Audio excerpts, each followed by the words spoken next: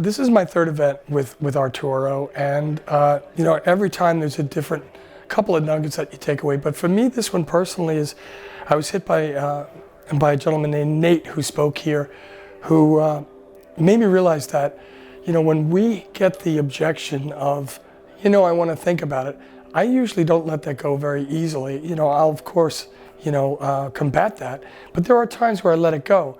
And Nate told a story of how his best friend's wife, he was approached for life insurance and did the old think about it thing, and he passed before that decision was made.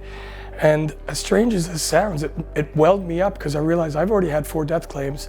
How many of the people that I've let off easy, so to speak, have I put in a bad position by not being strong enough to break through that and get to the real reason why they want to think about it? It devastates me to think that I put a family in jeopardy by not doing my job. That was my big takeaway, that every transaction is not about a transaction for money. It's a transaction to change people's lives for the better. And so that was my big takeaway. You sort of forget sometimes why we're doing this, So here's the cool thing about the Arturo Johnson Consulting Group. It's led by a guy named Arturo Johnson, an actual human being with actual team members who are actual human beings who are involved on a daily basis in your business. I get more leads than I know what to do with.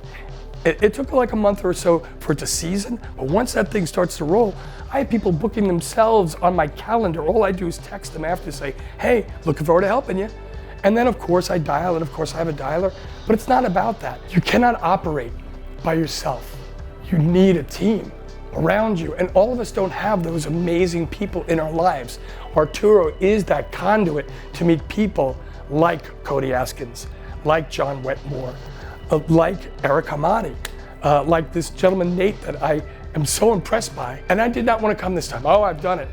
I need to refuel myself. I need my tank filled. I am as frugal as they come. I do not like to spend money. I like to make money.